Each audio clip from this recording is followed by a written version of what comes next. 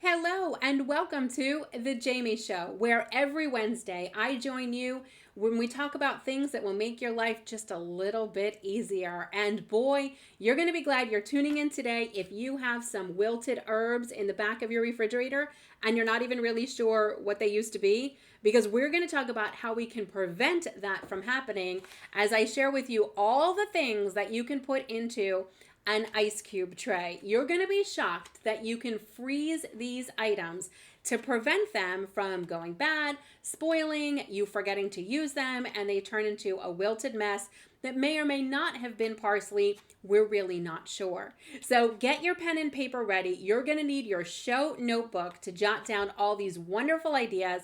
I've got about 15 things to share with you. So we've got to get started because you're not going to want to miss one of them.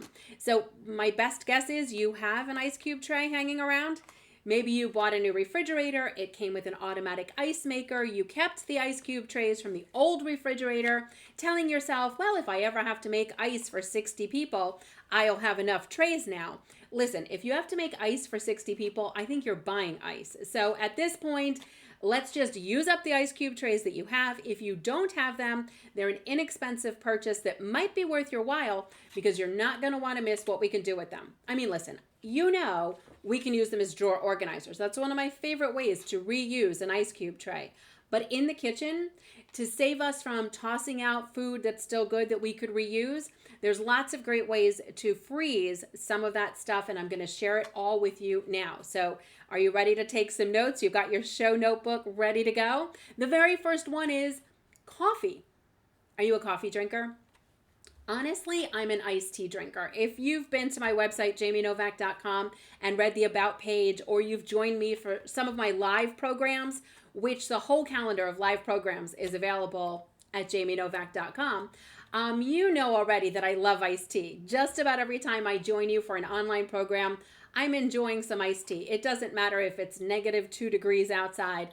I love an iced tea. But listen, sometimes coffee. I kind of like the smell of the coffee more than I like the flavor, but maybe you are a coffee lover. And if you are, there's a good chance if you're going to make an iced coffee, you've diluted your coffee by adding in a regular ice cube. Well, no more. When you just freeze some of the coffee, then you can pop out a cube and add that to make your drink cold without diluting the drink down. And so that works really, really well for coffee.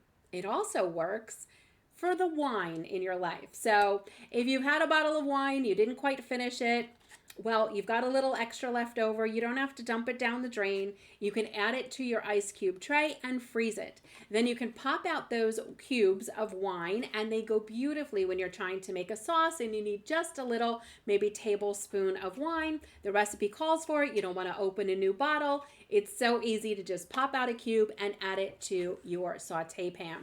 So that's another way to use your ice cube tray to freeze not only coffee, but wine. And then that brings us to all the herbs in our life, the ones that wilt beyond recognition, and you spent a lot of money on them. Listen, I'm not the same person so full of hope that I was going to use chives when I spent the money on it and bought them at the grocery store. I'm a different person when I get them home, put them in the refrigerator, and I'm like, chives, what am I going to do with them?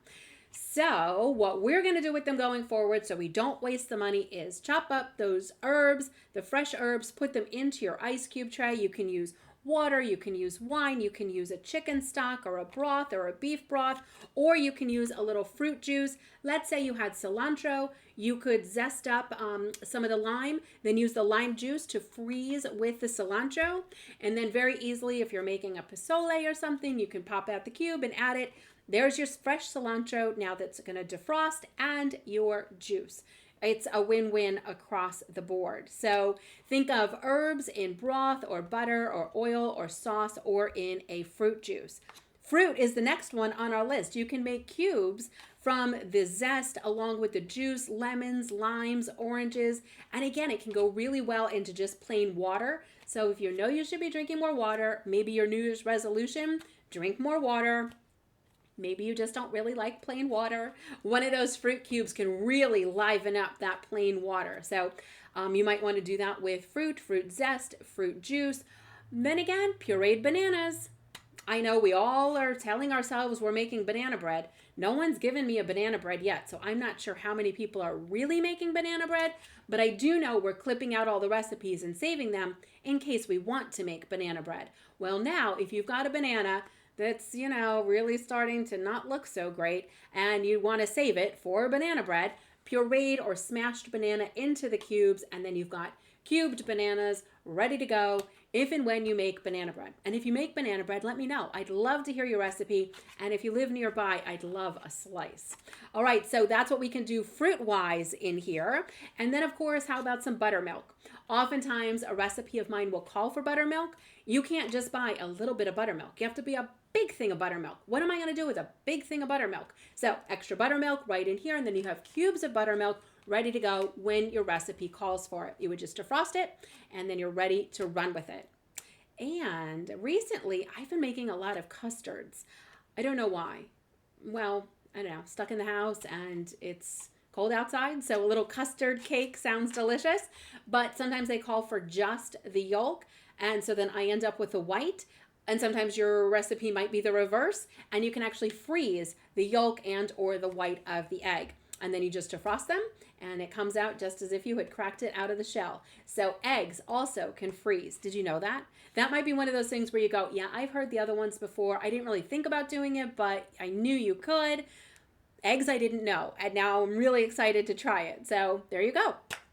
Caramelized onions also work really well. I love a caramelized onion. I'm the only one in the house that likes caramelized onions, but listen, I'll go through the effort and I will make it for myself. But then sometimes I want to just have maybe a lentil burger and I'm like, oh, I wish I had caramelized onions. Well, now I will. I pop out my caramelized onion and I am ready to go. So caramelized onions freeze really well, and you could certainly give that one a go. So if you make a big batch, you can just save it. Tomato paste also, tomato sauces and things freeze really well. If you're going to do anything in the red realm, you might just want to spritz a little nonstick spray first, if that's, your style. That will prevent the ice cube tray from turning red. And be stained from the red in a tomato sauce or paste. Not a big deal, but if it's important to you, just something to think about. And then how about cookie dough? I mean, who doesn't love cookie dough? You make a big batch, or you have, one left over, or you just like to make one or two cookies. This is the way to save it so it stays fresh, and then you can pop it out, bake one or two cookies, and you didn't have to make a dozen. But then again, who doesn't want to make a dozen cookies? I mean, hello. But you could do it. And then you could just put one in the toaster oven and have a warm cookie instead of having to make a whole batch. Pasta water also freezes beautifully. So if you're someone that when you're doing your recipes, you tend to like have that starchy pasta water, you can save it and then it will help to thicken up some of your recipes going forward. Stock also works really well. So if you have chicken or beef stock, and we talked about maybe putting herbs in it, but you don't have to. And then there's aquafaba. That is the juice that comes out of the can when you open up chickpeas. And if you tend to want to thicken something up and you didn't want to do it with pasta water, or you're trying to make a meringue and you're following a vegan diet, aquafaba actually whips up into a meringue. You just have to add a little baking powder. So there's recipes for that online, and that way you can make a vegan meringue, but you have to save the chickpea juice. So, and no, it doesn't taste like chickpeas. I know you think it would taste like chickpeas, but it doesn't. And one of my favorite ones is grated ginger. Are you a fan of ginger? So with my microplane, I'll just take a little, the ginger root. And so if my ginger root is going bad, I can save it by freezing it. But it's also an easy way to have some grated ginger that I tend to add to some of my infused waters. You might put it in tea as well. And so you'll be at the ready, right? So it's not like, oh, I have to get out the microplane and the ginger and make it. It's ready to go. Pop out the cube and you're all set. I'm going to share one final one with you. Before I do, I would just like to invite you again to visit jamienovak.com if you haven't already. And that's where you're going to find the toss of the day and the podcast and all the upcoming free events that are available for you to join me for online programs brought to you through libraries across the country. So head over to jamienovak.com and don't forget to hit subscribe and maybe leave me a comment. Let me know which one of these you're going to freeze first. And if I missed any on the list, let me know in the comments below. What do you freeze that maybe I didn't add to my list? So my last one, and possibly my favorite one of this whole list, is a very easy way to make your chocolate covered cherries or chocolate covered strawberries or chocolate covered blueberries. So if you have some fruit that's coming to the end of its time, bananas, blueberries, strawberries, cherries, you're going to take that fruit. You put one into each cube. Then you've got some melted chocolate, whether you do chocolate melts or you're just going to melt some chocolate bars or you're going to melt chocolate chips. And then you're going to add that melted chocolate into the ice cube tray. And then we're just going to pop it out when it's frozen. And you will have a chocolate covered strawberry. You'll have a chocolate covered cherry. You can do chocolate covered bananas that way, just one slice in the cube. Or what about white chocolate and blueberries? So if you have a bushel of blueberries and they're starting to come to the end of their time, a couple of blueberries and some white chocolate is quite delicious. That's assuming you like white chocolate, but I'm thinking that you might. I love all the chocolates. I haven't had ruby chocolate yet. That's next on my list for the new year. I'm definitely going to try ruby chocolate. That's that newer chocolate on the market, but I'm very excited to hear which one of these you're going to do first. And my best guess is it's probably going to be the chocolate covered strawberries, because that's probably the one that's going to taste the best. But it might be the cookies, but it might be the wine, but it might be the coffee, but it might be the fruit. I don't know. Tell me in the comments. Let me know which one are you going to try first, and if I missed anything that freezes, please let us know so we can add it to our show notes as well. Well, it's always a great time spending time with you. Thank you so much for continuing to tune in every Wednesday at 9 o'clock. There's a new show right here on my YouTube channel.